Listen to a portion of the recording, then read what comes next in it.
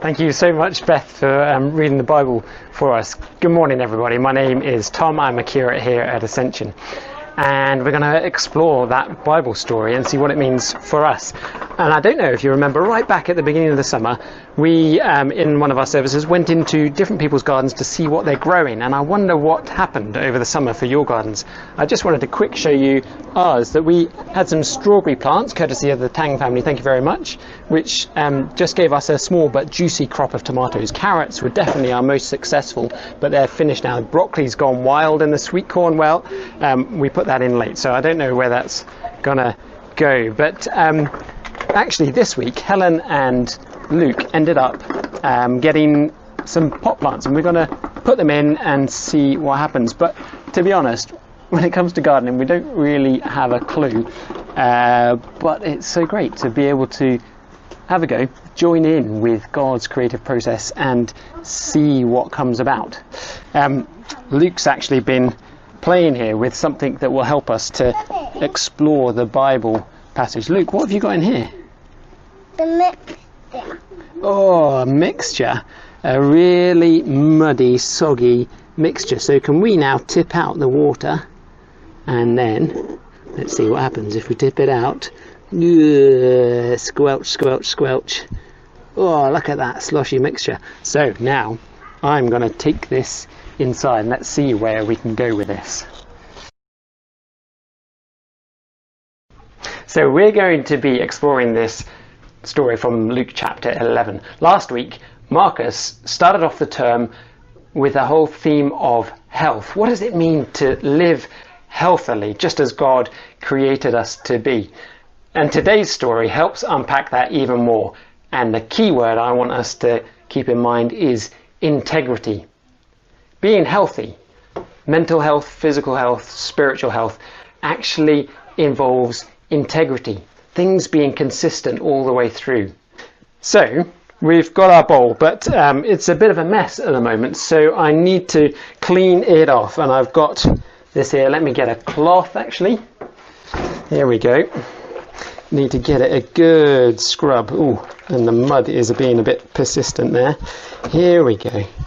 Cleaning it off. So the story began with Jesus being invited to somebody's house for dinner. It was a Pharisee. Pharisees were a whole group of people who were really well-educated leaders, religious leaders, political leaders. And Jesus sat down for dinner, and the Pharisee was outraged. Jesus had not washed his hands. Right now, in the middle of coronavirus pandemic, it's all about washing our hands, isn't it? And so we could easily think, yeah, the Pharisee was totally right to be shocked that Jesus hadn't done the hand washing to get himself sanitized, to get himself healthy for eating a meal. But that would be to misunderstand the context, that the Pharisees and lots of the Jewish people had a ritual of ceremonially washing their hands before they ate. It involved a sprinkling of water with that ritual identification of the sins of the world that you might have come in with being washed off before eating. And Jesus actually said, "Oh, you Pharisees, you clean the outside of the bowl, get it shiny and beautiful, but inside you're still full of wickedness." Jesus had just sat down for dinner with this man, and he was saying that inside you're still like this. Wow, that's pretty shocking. Do you guys want to come in and have a look at this? Yeah. So here we go.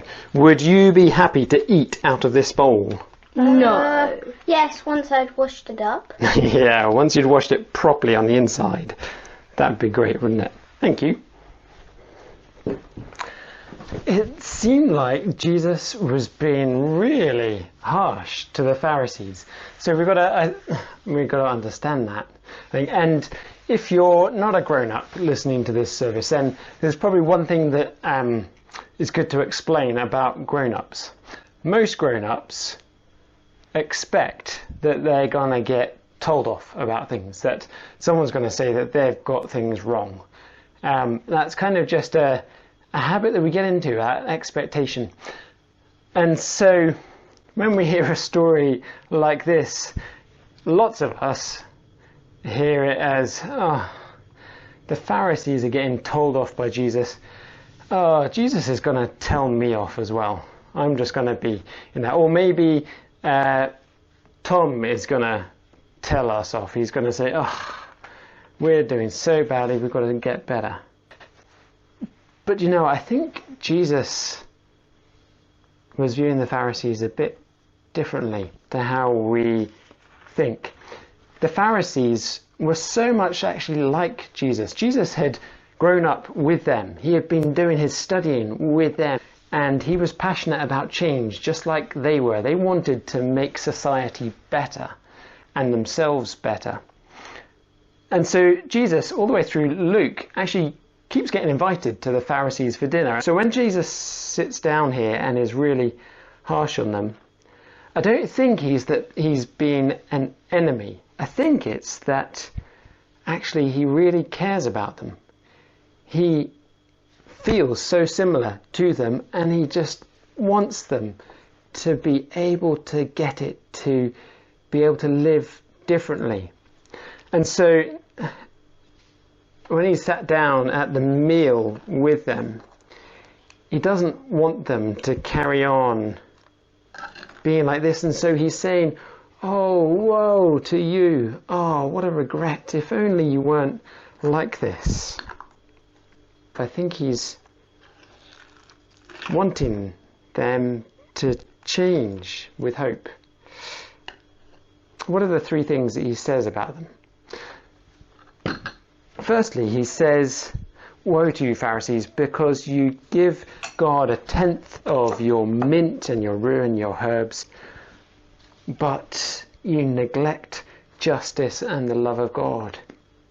So they care about the details. They say, if we're gonna live well by doing a tithe, giving away 1/10 of all that we have, then we've got to do about everything. So let's work this out exactly. We don't want to be shortchanging God.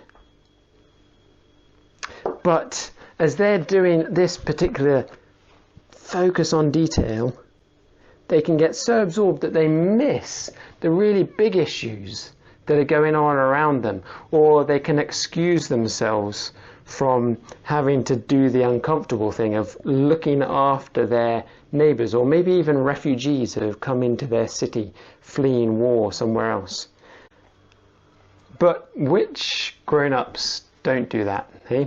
Which of us don't kind of allow ourselves to get sucked into some details so that we can avoid having to do the bigger thing, the thing that is uncomfortable? Jesus also criticized the Pharisees because they take the seats of honor, the most important places, so that they can be seen, and they expect great greetings when they're in the marketplace. But which grown-ups not like that? Which of us don't like to be admired? And actually, the more it happens, the more we get admired, the more addictive it becomes. And Jesus also says, woe to you, you're like unmarked graves, and people will walk over you without knowing it. What's going on there? Well, in their Jewish system, it was understood that if you walked over the grave of someone, then you became ritually unclean, and that would last for a certain number of days. And so the Pharisees, who are so committed to doing things well, to not becoming ritually unclean, Jesus is saying, actually, you're contaminating other people without them even knowing it, because you've gone so far in the wrong direction. But Jesus cares about them.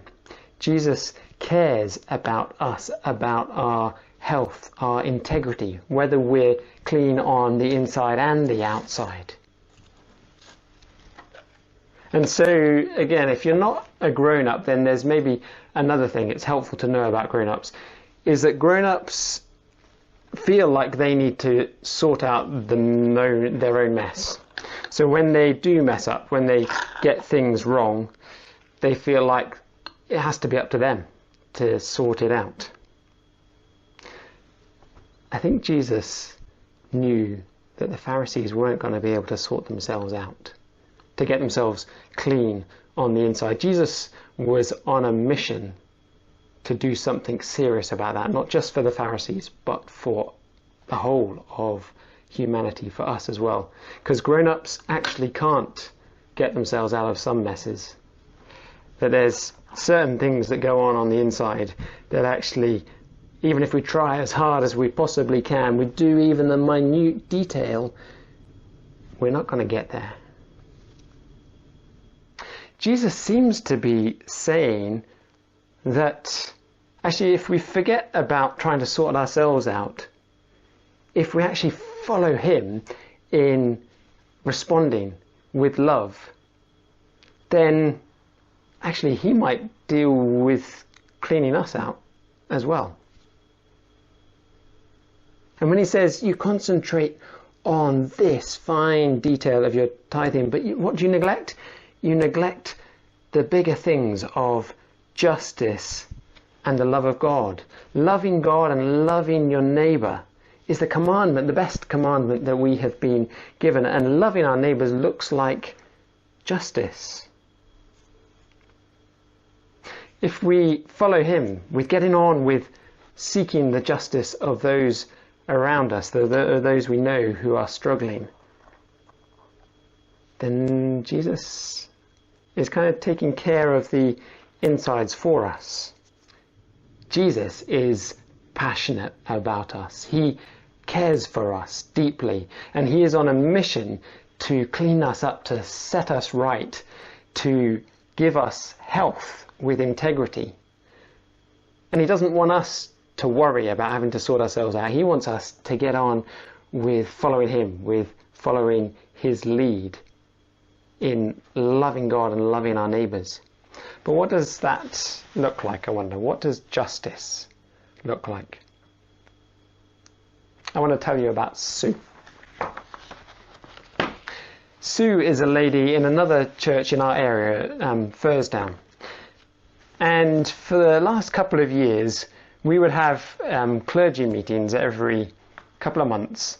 And each time, Sue would raise the item of trying to get collective support across our churches for housing a Syrian refugee family. It was a government scheme to introduce families into areas that would be supported by the local council. But in our area, housing costs are too high, and so a subsidy was needed. And could we, as churches, do that? Other places, other churches had already done that in their area. And Sue kept plugging away at it, and it seemed like things weren't moving. That we weren't able to make decisions in our churches as to quite whether we were going to go for this or not, and there was uncertainty what the scheme was. But Sue carried on, and she didn't do it in a grand way that attracted attention. She didn't do a major publicity drive, which I might be tempted to think that's what we need. We need to raise the issue and get lots of support. She just plugged away. And I doubted that it was going to happen. But in February this year, the group that Sue was working with to try and make this come to pass had contact from a lady who was actually wanting to provide her house, at a reduced cost for this Syrian family. And so suddenly the scheme was able to go ahead, and a family with mum and dad and 5 kids moved in. They had to flee Syria 8 years ago, and they had been refugees in Lebanon, and finally they were welcomed into our neighbourhood. Because Sue plugged away at seeking justice for this particular family who had had such a hard time, transformation had happened. What does justice look like? I'd also like to tell you about Andy. Just in the newspaper this week, I was reading his story. At the age of 21, he moved onto a big estate in Roehampton. And for more than 20 years now, he has been working to help young people change their life patterns. And so one example is that there are young people who didn't want to get into the pattern of selling drugs on the estate. And so the team that Andy worked with started up a bakery, the Feel Good Bakery, to create jobs and to allow those young people to do something great with their lives. And he says this: the thing that makes me really proud is seeing the young people come through the projects and go on to change the world for good in many different ways.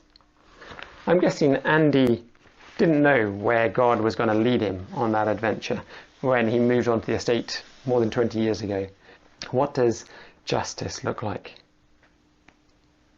Earlier this week I was talking to one person at Ascension who, through the experience of lockdown, has wondered whether he could change his way of working in a radical way that would allow him to pursue justice for people who don't have a voice.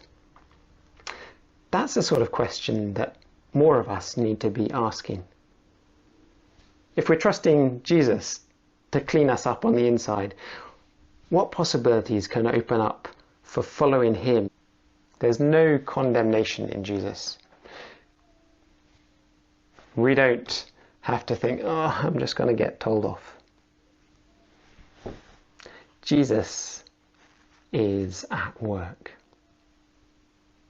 Let's look for signs of his grace this week. Amen.